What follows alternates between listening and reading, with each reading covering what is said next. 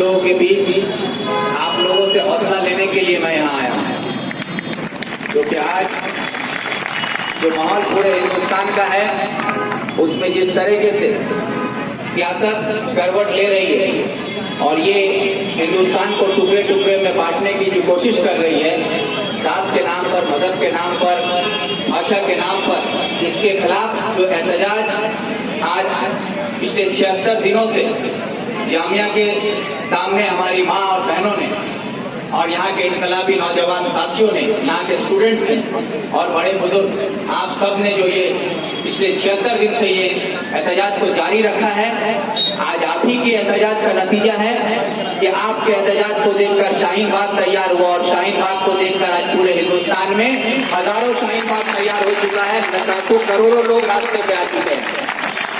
लोगों को ये गलतफहमी होती है, लोगों को यह गलतफहमी है कि औरतें कमजोर होती,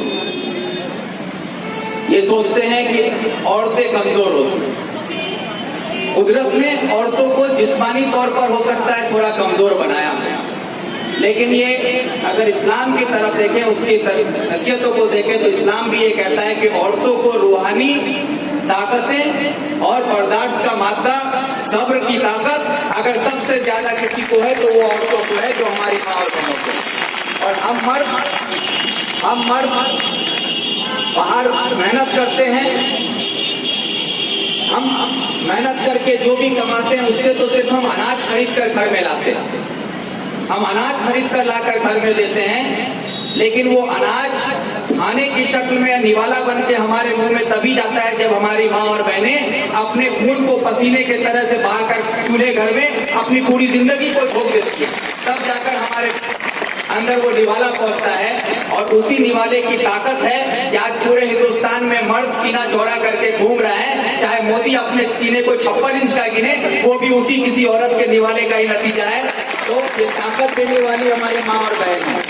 और मैं इस बात को बखूबी मैं मानता हूँ कि औरतों की ताकत है जो आज हम मर्दों को भी कहीं ना कहीं बेखौफ होने पर का ताकत दे रही है, क्योंकि हम मर्दों की मजबूरी है।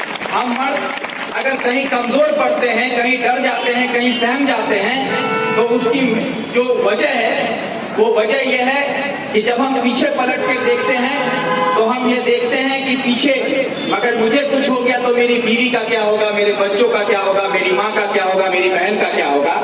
उनसे जो हमारी मोहब्बत है, उनके लिए जो हमारे दिलों में प्यार है, वो प्यार, वो मोहब्बत कहीं ना कहीं हमें कमजोर बना देती है और कहीं ना कहीं डरने पर मजबूर कर देती है। लेकिन आज जब हमारी बहनें आज अपने हक और संविधान को बचाने के लिए, अपने वजूद को बचाने के लिए आज घरों की सरहदों को पार करके हमारी पर्दा नशीन माँ बहनें आज जब सड़कों पर आकर बैठ चुकी हैं, आज कंधे से कंधा मिलाकर अपने हक की लड़ाई लड़ने के लिए तैयार हैं, आज पुलिस के डंडे खाने को तैयार हैं, गोलियों के सामने खड़े होने के लिए तैयार हैं, तो आज यकीन मानिए जब हमारी माँ बहन बेटियां घर से निकलकर सड़कों पर आ चुकी हैं, तो आज जो मर्द हैं, कोई जिम्मेदार भाई अपनी बहन को अकेला सड़कों पर छोड़कर वो घर पे नहीं बैठ सकता है।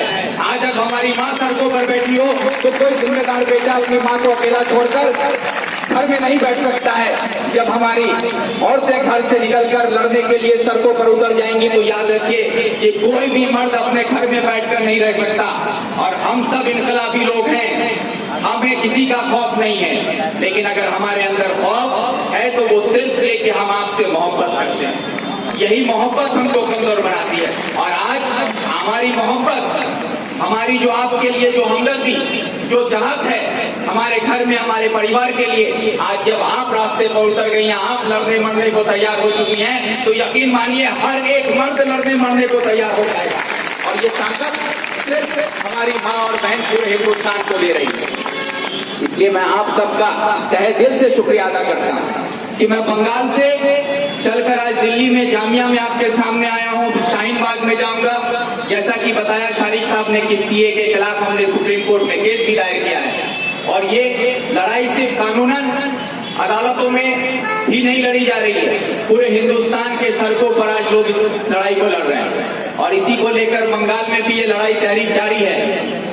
जनगण मन यात्रा जो बिहार में निकाला गया है, उसके आखिरी प्रोग्राम 27 तारीख को पटना के गांधी मैदान में होगा, जहां पर कन्हैया कुमार भी रहेंगे, मैं भी रहूंगा, और भी हमारे हिंदुस्तान के नौजवान जो इनकलाबी साथी हैं वो सारे लोग रहेंगे।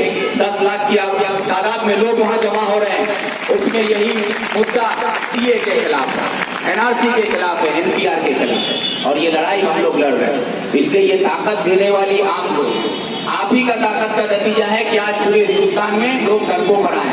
तो मैं आपके इस कुर्बानी को मैं शुक्रिया कहकर इसको छोटा नहीं कर सकता, क्योंकि आपके कुर्बानियों का जो लगातार 76 दिनों से आप लोग देती आ रही, अपना घर परिवार, अपने रोजमर्रा की जिंदगी के काम काज को निपटा कर फिर यहाँ धरने में बैठकर जिस तरीके से आप इनकलाब को जिंदा रखी हैं, ये इनकलाब एक दिन तारीख लिख रही है और एक दिन ये तारीख सुनहरे लफ्जों में लिखा जाएगा।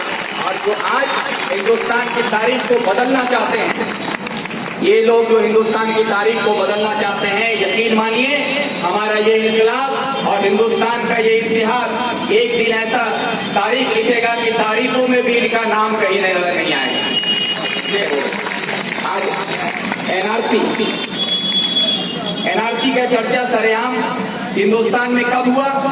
जब सुप्रीम कोर्ट के फरमान के जरिए आसाम में एनआरसी को लागू किया गया। आसाम में एनआरसी जब लागू हुआ तो मैं ये कहता हूं कि आसाम के लोग खुशनसीब। क्यों मैं उनको खुशनसीब कह रहा हूं? जबकि उनकी बदहाली, उनकी हालत को देखते हुए रोना आएगा कि बच्चे आज 13,000 से ज्यादा बच्चे आसाम में अपने माँ बाप से अलग कर दिए गए। आज शौहर से बीवी को अलग कर दिया गया है। आसाम में बीवी शौहर से नहीं मिल सकती, शौहर बीवी से नहीं मिल सकता, बेटा बाप से नहीं मिल सकता, माँ बेटे से नहीं मिल सकती है। कौन कहाँ है ये कहना मुश्किल है। रात के अंधेरे में पुलिस उठा कर ले जाती है कि डिटेंशन कैंप में ले जाया जा रहा है। किस डिटेंशन कैंप में ले जाया गया उसके परिवार को पता नहीं होता है कि बेटा किसी और डिटेंशन कैंप में है, बाप कहीं और है, जिंदा है या नहीं है ये भी पता नहीं। इस हालात में लोग वहाँ खौफ में मुब्तला होकर जी रहे हैं।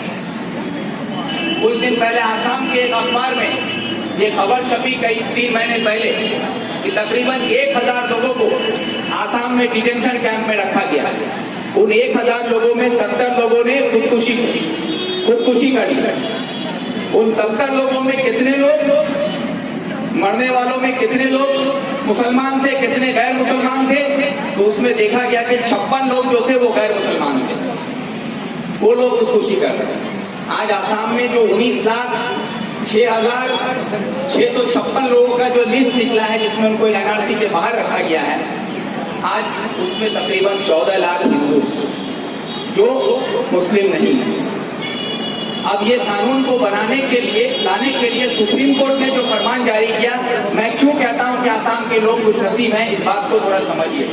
क्योंकि आसाम के लोगों के पास ये जानकारी थी कि आसाम में एनआरसी में अपना नाम दर्ज कराने के लिए उन्हें कौन कौन से दस्तावेज लगेंगे।